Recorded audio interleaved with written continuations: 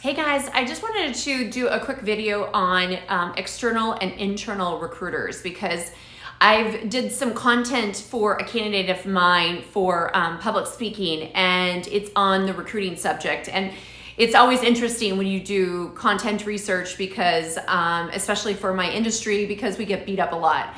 And, there's good recruiters out there and there's bad recruiters out there. And there's, just like any other profession, but for whatever reason, recruitment really gets beat up. And I think that there needs to be a little bit of an education on recruiting because I think a lot of people don't understand the difference within recruiting. I think they know, but I don't think they really understand. So I've been a recruiter and a headhunter for 25 years. I started in the industry in my 20s, and I started in the doing temporary placement way back in the day. So here's the differences. And by the way, this is Sunday night, and I've got some beach hair, and it's humid in Florida, as you can imagine, in the summertime. So I knew I wouldn't be able to do this in the morning. So you're getting a little bit more of definitely a beach vibe going here today. So, but anyways, okay, so external recruiters, there's two types. There's retained and there's non-retained, all right? Now, what does it matter to you if somebody's retained or not retained? Well, it should, and here's why it does, and this is the questions you should ask. So a non-retained will be, for instance, like we have this big company here in the Tampa Bay area. It's a big box company. They use like every vendor for every position, like 10 vendors for one position.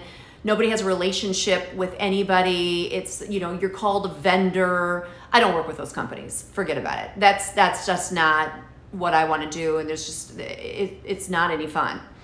Then there's companies that really value the relationship, right? And so they still may do non-retained. I still don't work with them. I only do retained, and I'll tell you here why.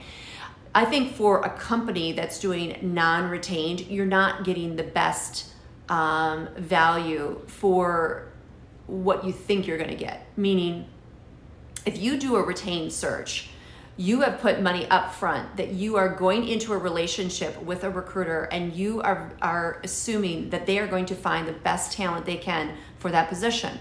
Now, some positions are harder than others, and some take much longer than other positions, but you will get candidates. On average, you probably should get 2 or 3 candidates within the period of 3 to 4 weeks. I'm working on a position right now. It's the hardest position I have worked on in a decade. Yes, a decade. So when you are working with a recruiter that is retained, you know that they've gotten into a relationship with this company. They have paid them, and they said, yes, this is our recruiter. This is the company we're working with, and they're handling our search for us. A non-retained is probably got lots of competition, and there's probably multiple recruiters working on it, and so there's not a lot of insight like there is retained. So again, going back to the company side, if you're just putting it out to 10 different companies to work on your search, you're doing it wrong, in my opinion. Okay. So when you are working with a external recruiter that's on a retained or non-retained search, you need to ask questions like, tell me your relationship with this company. Tell me how many placements have you had. Tell me the success of the placements there. What's the hiring manager like? What's their overall turnover? When they hire someone, how long do they typically stay? If your recruiter does not know those answers, which a lot of them won't because they don't slow down enough to ask those questions or get into a relationship with a company and that hiring manager, then that's a pink bordering on red flag, okay? They should have all those answers for you, especially if they've worked with that company before. Now, there's a lot of what we call long lines recruiting, and those are external recruiters, and that's basically somebody's working out of their home, and there's nothing wrong with that, but they're working with companies that they've never met before in person, which is totally, understandable, especially with what we've had in the last few years. But they also don't take the time to get to know the company and the culture. And there's no excuse for that. I don't care if it's long lines or non-long lines. So that's why you really need to get to know what their relationship is, because you're going to get to know what your experience is going to be, not only with that recruiter, but the interview process. So I can't stress that enough. Now, internal recruiters should have all that information, and you should be able to ask them everything you want. Here's the thing though, and internal recruiters, don't beat me up on this, but you know it's true. A lot of internal recruiters are basically graduating with an HR degree, and they're like starting at a company, and they're in their 20s, and they're a junior recruiter. Now, they didn't necessarily want to get really into recruiting. They wanted to get into human resources. So they really don't know exactly what they're doing. And I don't mean that in a mean or facetious way. It means that a lot of times companies put the most junior people on to basically go through the candidates and have like the first conversations or email exchanges with them. And to me, that's such a pity, because that's such an important part of the job is the communication.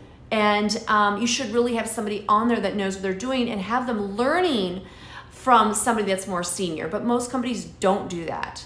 So that's like basically kind of an intake person. Like they'll call you up, tell me a little bit more about your background, this and that. And then they'll maybe proceed that to the, give that to the hiring manager or the next person who maybe is a little bit more seasoned, and then we'll call you and have a conversation. But there's a lot of ghosting going on right now with the internal recruiters, and nobody's getting back to them, back to the candidates, and a lot of communication isn't exchanged. And the secret as to why it's not being exchanged, because the company doesn't want to get sued. There's a lot of litigious people out there that will sue a company, and companies are afraid of saying, I'm sorry you're too tenured, or I'm sorry this, or I'm sorry it's not working out. Back in the day, if you didn't get a job, they would actually verbally tell you why you didn't get the job. And so at least you would actually be getting some constructive feedback. And so then you could apply that better next time, or you just, tell you, hey, you just didn't interview that well, or whatever. But now, it's just nobody's giving that, unfortunately, anymore. And so what they just do is they basically just ghost you. It's like bad dating and they're just ghosting. So it's happening a lot. I just talked to another candidate on Friday, today's Sunday, on Friday, who was supposed to get an offer from a company, said they were going to send him an offer, and didn't send the offer, only to send an email to tell them, sorry, we went another direction. Shame on you. You guys, you can't do that to people. If you say you're going to give an offer, you should give an offer, or don't say it. I mean, come on, we can do better here, right? As internal recruiters, I know we can do better. So, that's a little bit of a difference on the external and internal recruiting. If you guys ever have any questions and you just want to send it to me anonymously and say, Kelly, I'm struggling with this. Can you do a video on this subject? Don't mention my name, please, or anything like that. This is totally anonymous, but I'm struggling with something, and I was hoping that maybe you can kind of do a video and I can get some insight on that. So absolutely, I love suggestions. Let me know what you guys are kind of experiencing. I know that we've gotten some layoffs right now. I know we're in the dog days of summer, and nobody is, it's just really slow right now. I get it, but I promise you in a few weeks, things will change and turn around, and companies will open up, and then certainly after Labor Day. So don't get too disappointed if you're not seeing a lot of action. I'm not seeing a lot of action either. It's just always super slow in July. All right, talk to you later. Bye.